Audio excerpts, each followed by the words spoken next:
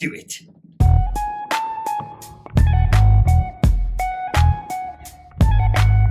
Hello everyone and welcome back to IMO Reviews. Thanks to your vote in the People's Choice on Instagram, we are reviewing Star Wars, Episode 3, Revenge of the Sith. Directed by George Lucas and starring Ewan McGregor, Hayden Christensen, Natalie Portman, Ian McDiarmid and Samuel L. Jackson. But before we go any further, could you be a dear? Hit that like button and hit that subscribe button. And please do give me a follow on Instagram. There is a link in the description below so that you can get access to tournaments like this one. And I should also apologise. You might hear some rain outside.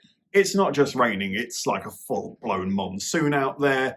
I'm really sorry if the audio is picking that up. Apart from that, let's get down to it. So a big thing that I really do like about Revenge of the Sith is that it feels like they finally figured out the correct pacing in this trilogy. It's just a shame they only really nailed it at the ending. But it does move a lot snappier, a lot quicker. Within the first 10 minutes, quite a lot has been established and happened. And it doesn't baffle you. It's delivered very nicely and simplistically for you to take it bit by bit, follow the story and understand the situation. And I also feel like out of the prequel trilogy, this is the movie in which you really do get to feel that Obi-Wan and Anakin dynamic. Because it certainly wasn't there in Attack of the Clones. Nor was it in Phantom Menace, and annoyingly, that is what the sole focus of this trilogy really needed to be, and you only paid attention to it in the last movie.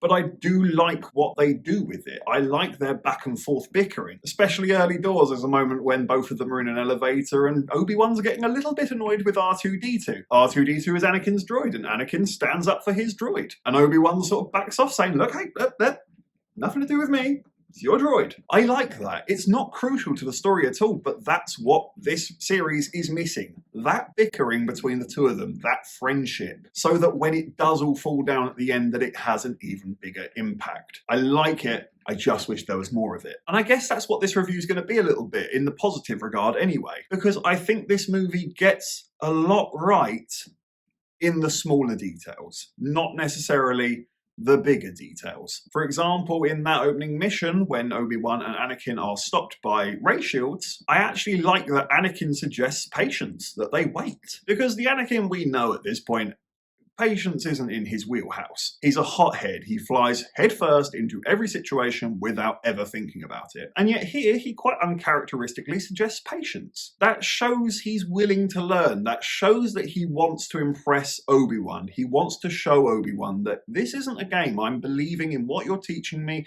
and I'm going to follow it through. But it's almost like he's still hot-headed within his patience, if that makes sense. Like, he didn't think about it. He just thought, what would Obi-Wan do? Obi-Wan would be patient, so let's be patient. It's subtle, but I really, really like it. And of course, it doesn't work out for them because of that very reason. He's learning, but he just isn't quite fully getting it. And on that note, I really want to give some love to Hayden Christensen as Anakin Skywalker. He might not be everyone's cup of tea, and I have to admit at the time I wasn't totally sold on him as Anakin. But having stepped away from it, having made my bed with that and accepting that that's what it is, I actually do quite enjoy him as Anakin Skywalker. Because especially in this movie, he really does portray somebody with a lot on their mind. Someone who is troubled and questioning everything that they're being told. On one hand, he's getting loads of lavish praise from people around him that he loves and trusts, but he also doesn't know who he can trust. So is it really lavish praise, or are they just saying these things to manipulate him? I think the actor Hayden Christensen absolutely understood that and does portray that. I just don't think the script, the dialogue, or the movie itself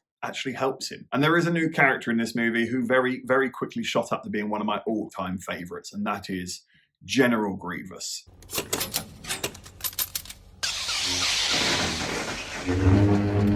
Run.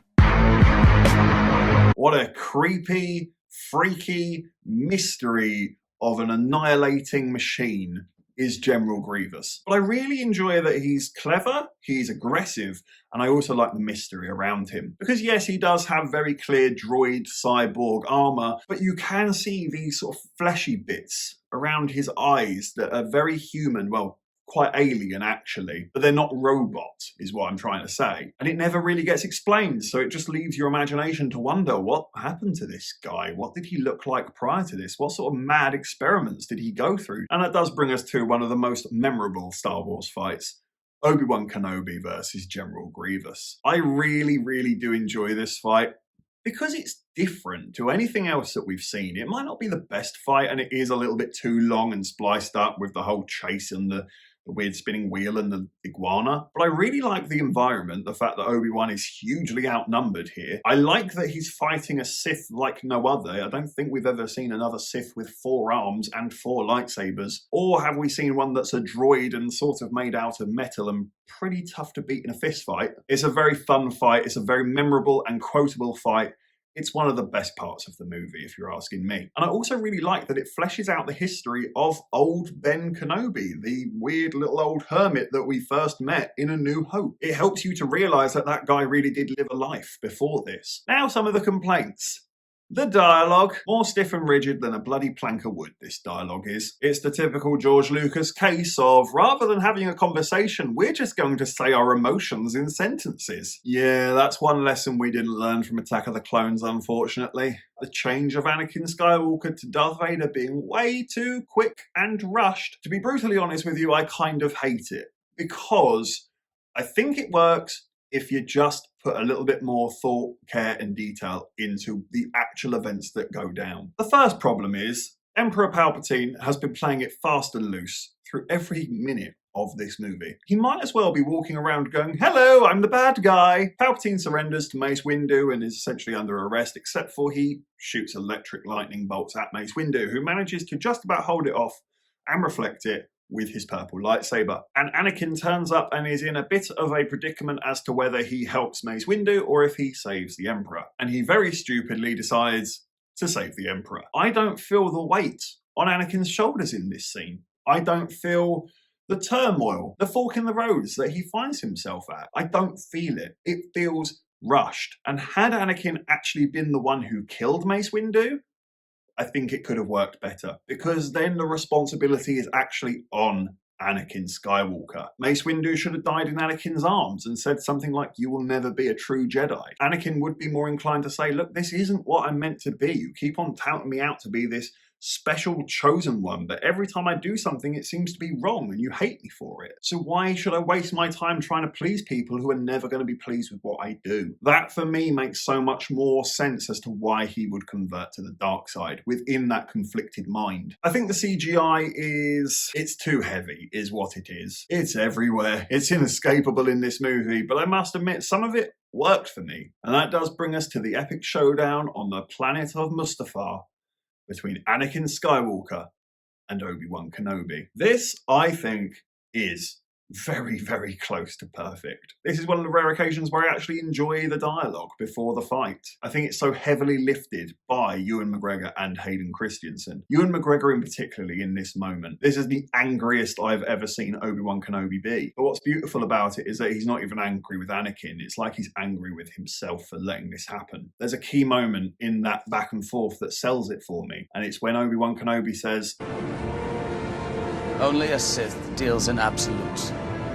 That is saying so much in so few words. Obi-Wan realizes that at that point there's just no reasoning with him. If any of that Jedi was still in there, Anakin would understand that there's so many more ways around this. It's beautifully acted by Ewan McGregor, and I think he is absolutely outstanding. Now, the fight isn't perfect, but I actually do like it a lot. I like its epicness. I like the lava. I like the volcanoes. I love the music. I also really like that the scenery consistently changes, that they go through these rooms into the next one, out onto a balcony, then the guards are down, then the place is sinking, then they find themselves in the middle of like lava falling down on top of them. I really, really love the creativity and the movement in this fight. It just adds to that epic nature. And if that wasn't awesome enough for you, you also get Yoda versus Palpatine. I do also thoroughly enjoy the actual creation process of seeing Darth Vader finally putting on the infamous suit, only for it to be ruined by him then screaming, "No!" It's Darth Vader, dude. Let's keep it cool. Let's not do things like that. That's not cool. Be cool. Okay. Yeah, our big scary killing machine isn't quite so scary at the end here. And I also think there is an argument that he could have maybe got the suit sooner. Do I actually like this movie? Yeah, actually, I do. I do like it quite a lot. I find it very easy to jump in and out of. It has, in the years, become a very easy background movie. You know, the ones you chuck on while you're swinging the hoover around or doing the washing up. But it still remains incredibly memorable, a lot of fun, quite epic in fact, but I think its biggest problem is that it is so clearly rushed. This prequel trilogy's balance of speed is shocking. Everything needs to sort of move up a little bit and be a bit tighter together. I think it's hugely flawed, but I also really do love it and have a lot of fun with it. So I'm going to give Star Wars Episode 3, Revenge of the Sith, an 8 out of 10. It is fun, and I think there's a lot of good things going on in here, but to the deeper Star Wars fan, it is still a disappointing movie in the sense that you want it to be so much more clinical and gripping and powerful and punching than it actually is. It sort of feels like the Happy Meal version of what you were promised. Thank you for watching this review. Please be sure to hit that like button and hit that subscribe button, and please do hit the comment section as well. What do you think of Revenge of the Sith? Where does it rank in the Star Wars movies for you? Let me know in the comment section below. Take care, and I look forward to seeing you on the next review.